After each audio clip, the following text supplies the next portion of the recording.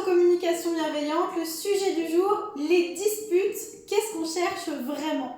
Est-ce que tu as déjà remarqué que dans une dispute, ce n'est jamais vraiment le sujet de la dispute qui est le vrai problème? Alors c'est pas la vaisselle qui est pas nettoyée, c'est pas le retard, c'est pas le ton de la voix, ce n'est pas la phrase en elle-même le sujet de la dispute. Non, toutes ces choses-là ne sont que le déclencheur de la dispute, ce qu'on appelle le stimulus. Mais il y a autre chose derrière de bien plus profond. Et ce qu'on cherche dans une dispute, ce n'est pas à gagner. Ce qu'on cherche, c'est simplement à être vu, être écouté, être compris. Et quand on se dispute, alors même si on a l'impression d'être dans un rapport de force et de vouloir imposer à tout prix notre point de vue, en fait, on ne se bat pas contre l'autre. On se bat contre nous-mêmes, contre une sensation intérieure qui est désagréable. La sensation de ne pas compter, la sensation de ne pas être entendu, de ne pas être choisi par l'autre, la sensation de ne pas être respecté ou de ne pas être suffisamment important pour l'autre. Une dispute, en fait, c'est souvent un cri déguisé, un cri qui dit « Est-ce que tu me vois? Est-ce que ce que je ressens a de la valeur pour toi? Est-ce que je compte vraiment pour toi ?» Et ce cri déguisé cache en réalité des besoins non satisfaits, des besoins assez affectifs que l'on a tous au plus profond de nous. Le besoin d'amour, qui est le besoin primaire, on va dire, le besoin de sécurité, le besoin de tendresse, le besoin de compréhension.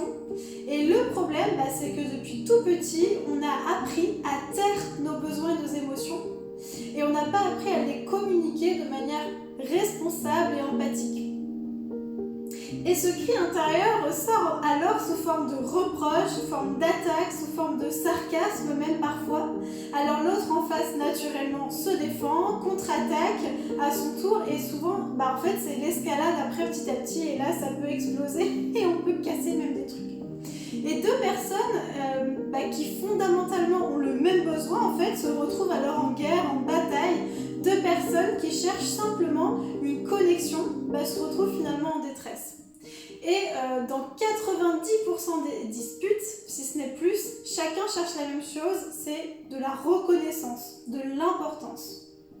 Mais personne ne le dit clairement, sinon ce serait trop facile, parce que ça paraît tellement évident que ça l'est pas du tout. Parce que dire « j'ai besoin d'être rassuré » nous rend beaucoup plus vulnérables que de dire « tu fais jamais d'effort ».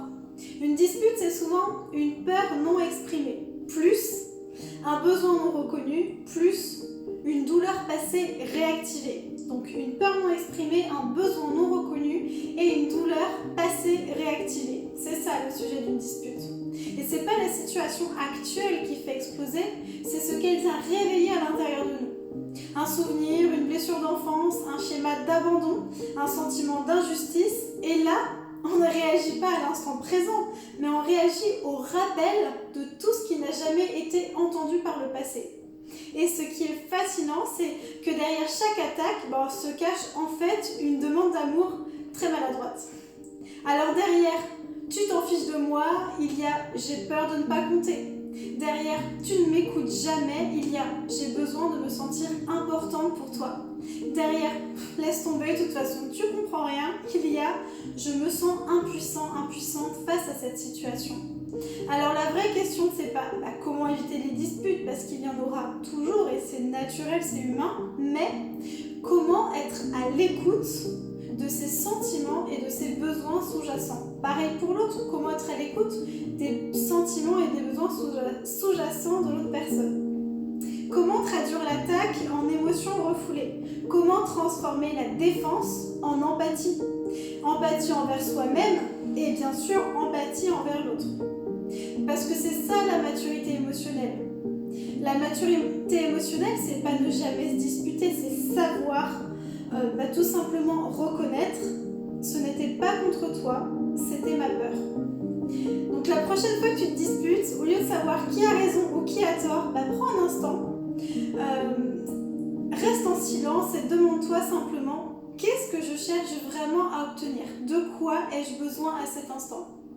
Et ce qui est encore plus beau de faire, une fois que tu t'es posé ces questions, c'est de parer en miroir. Qu'est-ce que l'autre cherche vraiment à obtenir en fait? Et de quoi cet autre a besoin à cet instant? Si tu arrives à mettre des mots sur tes sentiments et tes besoins de manière claire et empathique, sans jugement, alors là tu changes totalement la dynamique. Là, ça va faire des miracles dans ta relation, c'est promis. Une dispute, c'est pas un échec. C'est simplement ton système d'alarme qui s'allume et qui crie « Aide-moi à me sentir en sécurité ». C'est tout. Mais c'est juste dit de manière maladroite. Et parfois, en fait, tout ce qu'il manque, c'est pas un argument de plus, c'est pas un « oui, mais toi », c'est pas un mot de plus, c'est juste une main tendue, un sourire sincère, c'est juste un geste tendre, en fait, qui vaut bien plus que des milliers de mots. Donc si cet épisode t'a parlé, je t'invite à le partager avec la personne avec laquelle tu as envie de mieux communiquer et n'hésite pas à me faire des retours.